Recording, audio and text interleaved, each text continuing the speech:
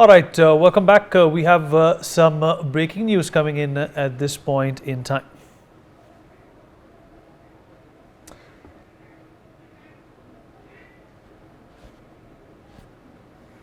All right, breaking news coming in.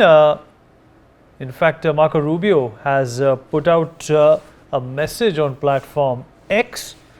He's gone on to say that the US has long supported India's efforts.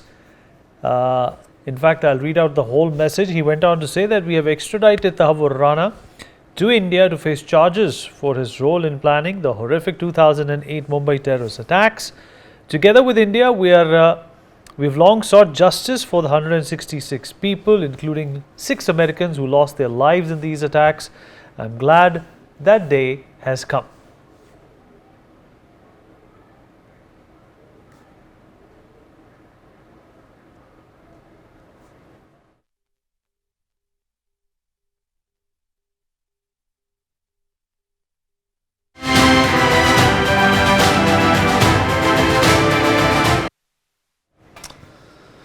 All right, 2611 mastermind Tahawwur Rana will remain in NIA custody for 18 days. The NIA is now questioning Rana in detail in order to unravel the complete conspiracy behind the deadly 2008 attacks. Earlier, Newsx accessed the full NIA dossier against Rana and his accomplice David Headley. It revealed that Rana was a childhood friend of Headley. Rana served a stint as a doctor in the Pakistani army and then moved to Canada. He started a consultancy firm called First World Immigration Service in Chicago, USA, and this company was used by Headley as a cover for executing assignments entrusted by the Lashkar-e-Taiba. Rana helped David Headley willfully provide wrong information for visa at the Indian consulate in Chicago and also helped him to identify and surveil potential targets in Mumbai. In fact, Rana and Headley charged over 231 telephone calls during Headley's 8th visit to India. It has been 17 years since the 2611 terror attacks and 15 years since Rana was arrested by the FBI on US soil. This development is thus being touted as the biggest extradition in recent times, and we're going to talk about this as well.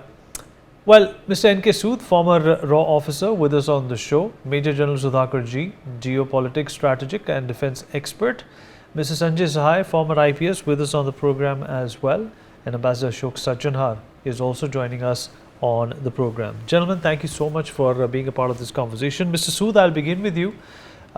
So, Mr. Mark Rubio is absolutely right. India has not only pursued this terrorist, but it has also made a willful attempt to send a message to the world, now through its American allies as well, that terrorism, wherever it is, will be found, punished, and sent a message to, and that's exactly what India has ended up doing. But before we could do that, Pakistan was already clearing its own name without, any motivation or any instigation from India.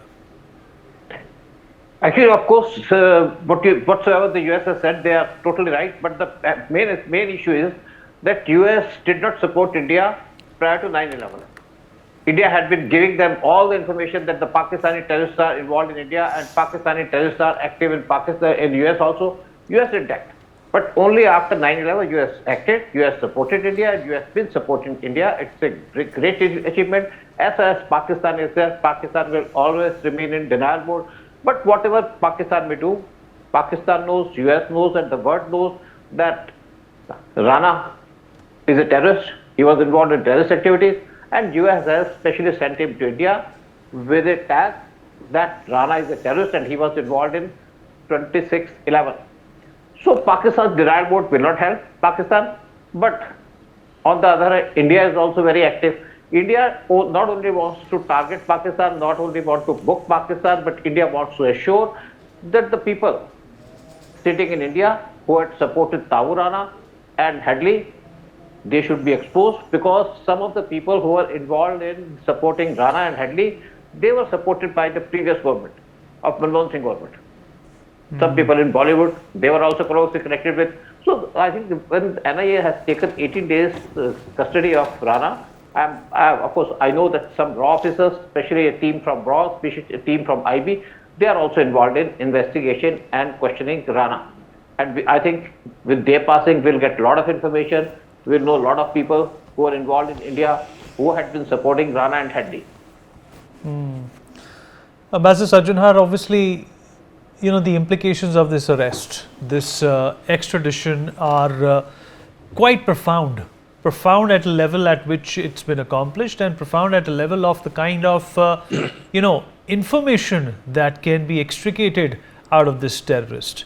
I'm sure it's just not two people who made all of that happen. There are a number of people who are responsible, working in the shadows to harm India, and that's exactly what the NIA will be delving towards. But at the same time and in the same breath, I would also like to congratulate Indian diplomacy in securing this man's return, or rather his extradition to India. Yeah, thank you very much, Vineet, for having me on your show. You're very right. I think there's been painstaking work that has been done at all levels, and thank you for your kind words about the manner in which diplomacy has functioned. But I think in addition to diplomats, in addition to the personnel in the embassy in the United States and at the ministry here, I think at every level, all wings of the government, whether it is our security establishment, NIA, who've been going there so many times and working overtime to make sure that this comes through. I think it is a result of combined effort, joint effort. And, particularly this is very, very commendable, because in 2011, the US courts, they had, of course, convicted Rana for, the action that was being taken by him along with David Coleman Headley in Denmark, in that case against the Danish paper. But it had acquitted Tahawwur Rana of any involvement in the 2611 case.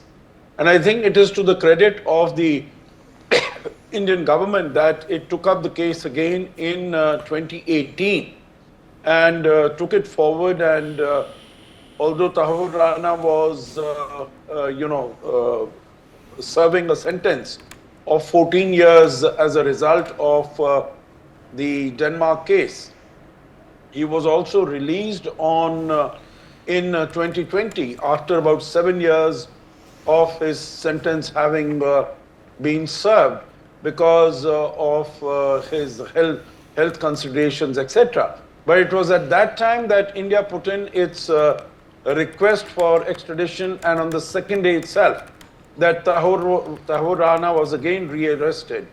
And, beyond that, as one would say, is history. But really, it has been so many hoops that the Indian establishment and the Indian personnel who've been tracking this and working on this over time, that they have, one after the other. There were so many pleas, first from the courts in California, then to the other county courts, then to the Supreme Court, the justice in the Supreme Court, then finally to the Chief Justice of the Supreme Court, Tahawwur Rana saying that he's a Muslim of Pakistani origin, so he will not be safe in India, he'll be tortured, he fears for his life, he is suffering from so many ailments, he'll not be given adequate care, etc., etc. So there were huge pleas that were placed by him, and we've seen that as far as the justice system of these countries, they are very, very particular as far as issues related to human rights are concerned, as far as the welfare of those under custody are concerned.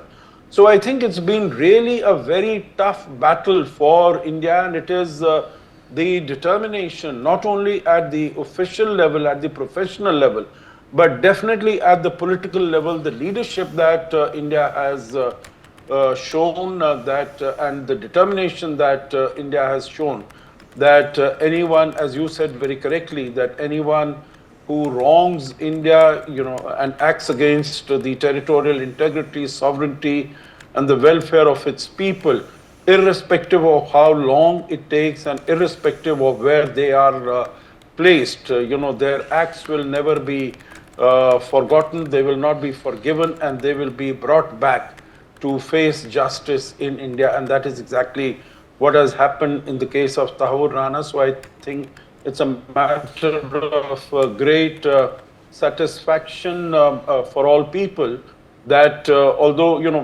one cannot say that it is justice being served, because people who have died, 166 people who died as a result of these terrorist attacks, they cannot be brought back. But at least there is some accountability that, the person who was the mastermind, the person who was behind it all, that he's been captured and he will be, forced to face justice in the coming months and years. Vineet. All right, valid point, sir. General Sudhakarji, this is also going to be an enterprising lesson in India's security outlook. And since we've gotten good at getting somebody as dangerous and as wanted as Tahawwur Rana extradited from America, there are a number of enemies of the states who are in other countries besides Pakistan and the United Kingdom, which should in fact be looking at their watches now. Thank you. Good evening. Thank you for getting me to your show. Compliments to very distinguished panelists for their articulations. Coming straight to the question, yes, if you allow me, let me respond to your question quickly, and thereafter I'll go on to issues which have got intrinsic, a kind of a linkage. First and foremost thing, I totally agree with you.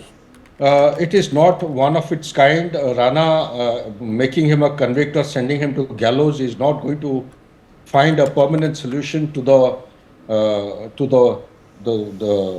nuances of the terrorism. So therefore, there is a bigger challenge before the world order. The ecosystem has to be identified. As far as the enemies in other countries, this is where I wish to dilate the point. You see, there are a couple of issues we need to look at in a perspective which are related at the global level, at the regional, and at the local level.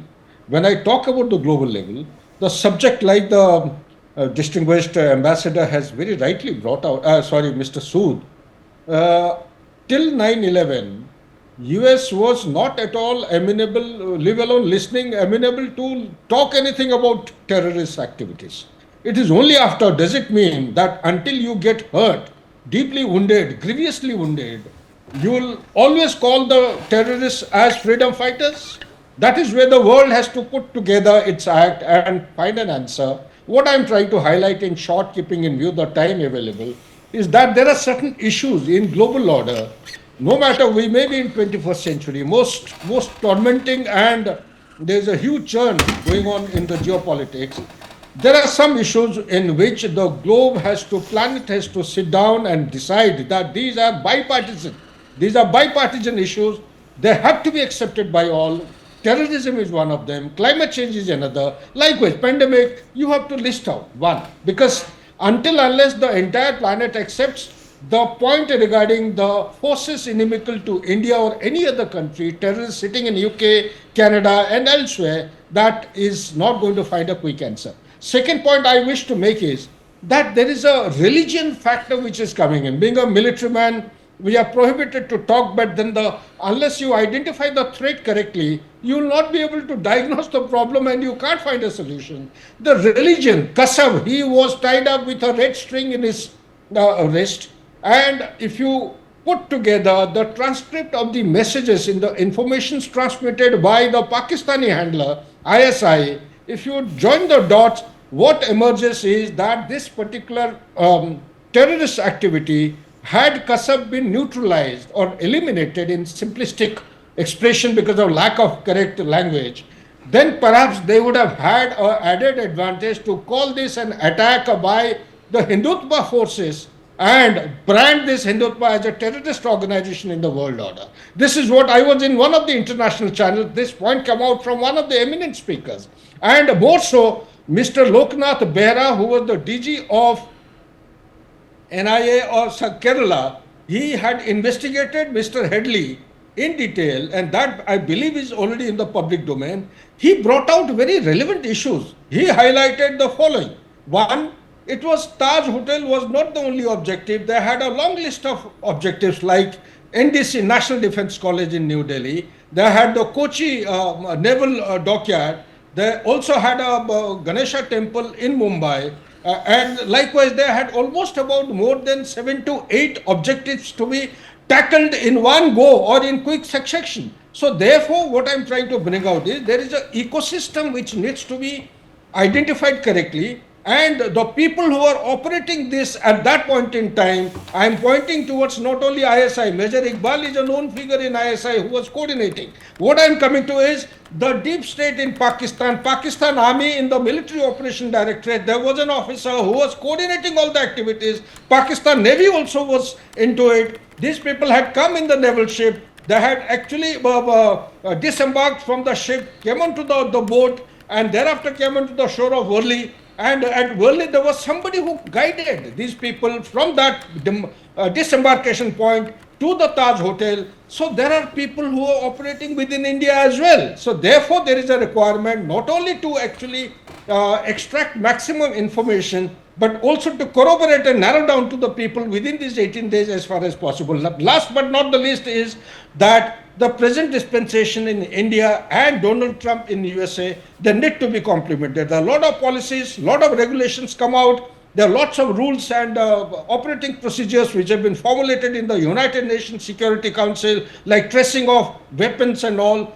But implementation is the biggest challenge in the world order today. So compliments to Donald Trump and his dispensation and our leadership in India for having taken what is there in writing to some kind of a degree of translating into action on ground. Back to you, Vinit. Right, and Mr. Sood, this is, in fact, let me also open Mr. Sanjay Sahai first and then I'll go to Mr. Sood. Mr. Sahai, this is also going to be a goldmine of sorts when it comes to, taking out information that, this man can give.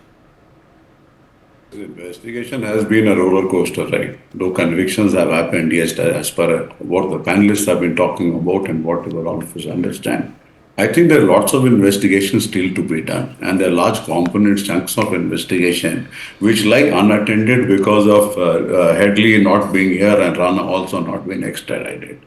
Whether Headley and Rana, they were the main people, or there is a whole deep state and the other things which we keep talking about as a part of this exercise. If we come to know as to who have actually done it, whether we are able to lay hands on them or not, it will give us a sort of a victory, a sort of a handle which will help us in our war against terrorism. The most important fact is that when the last time trial happened in the US, so Rana was told that he was acquitted of no direct involvement in 2611, and that his role at the maximum was a passive, trusting businessman misled by his charismatic friend, which was Headley. So from that stand of the courts to extraditing him has been a long, arduous sort of a battle which Indian agencies have fought, and they were finally being successful. Because US courts were convinced of the fact that this fellow did not have an active role to play. Now coming back to what his connections are and why. See, 18-day police custody generally does not happen. So 18-day police custody, if it has been given to the NIA, it has been for a very, very specific and precise reason, and the concerned judge has been convinced of the fact that it requires so many days because lots of things has to be brought to light.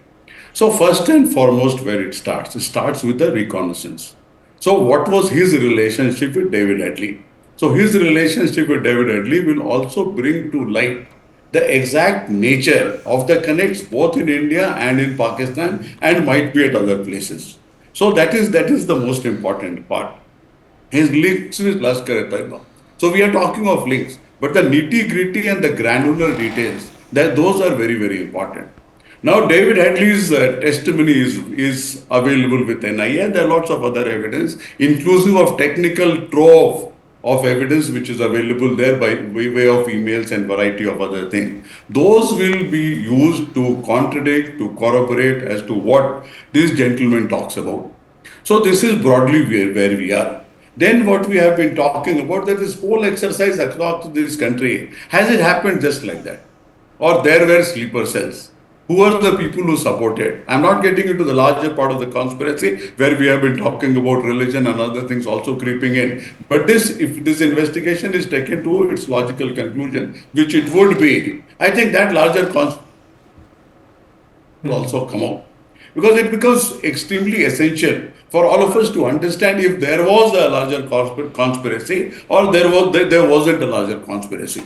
So these financial resources and how the support systems came, I think those also needs to be a part of this whole investigation plan.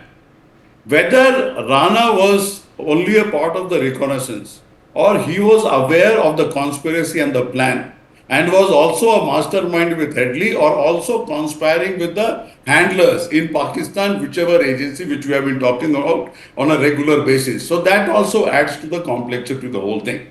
We have got a golden opportunity because of huge amount of legwork which has done by the investigating agency, our diplomats, the political decision makers, and the guts and gumption with which they have carried the whole story to make this as a watershed investigation in the history of this country and finally give us a very neat, clear-cut understanding of every single bit which has happened in this whole process. And lastly, whether what happened was the total plan or it was a plan which somehow in midway had to be stopped because Kasab was caught and because of a variety of reasons, and large part of the plan remained unattended.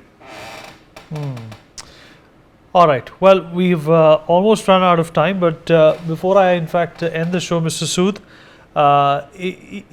is it possible that, from what the investigation is going to lead to, a lot of feathers will be, in fact, ruffled and co-conspirators who are perhaps in India will also be apprehended and rounded up? Sure, it will be done. 100% it will be done. Because I have been talking to some of my colleagues who had been doing investigation also. They are pinpointed, they know who the people are. And when all the incident happened, some of the people, they were questioned by the agencies at that time. But then phone call came from the prop, from PMO's office. Don't question them. Now, we were talking about Pakistan deep state, but there is Indian deep state also involved in it. This deep state will be exposed. So it is very important for us that the people who were trying to project this whole incident as Hinduism will come to know who the people are there and why they wanted to do it. And you must remember that one of the chief ministers of the BJP Congress government, he had Digvijay Singh, especially said, this RSS is doing it. So there was a conspiracy not only from the Pakistan, but the internal conspiracy also. Nothing happens when there is support from the inside, and there was high level support from inside. This will be exposed and this should be exposed. All right. Well, it's obviously an important case and an important case study as well for our agencies and also the government. And this is going to open up a Pandora's box, which of course we will be keeping an eye on. Would like to thank everybody who joined us on the program. At this point in time, we're taking a short break. We'll be right back.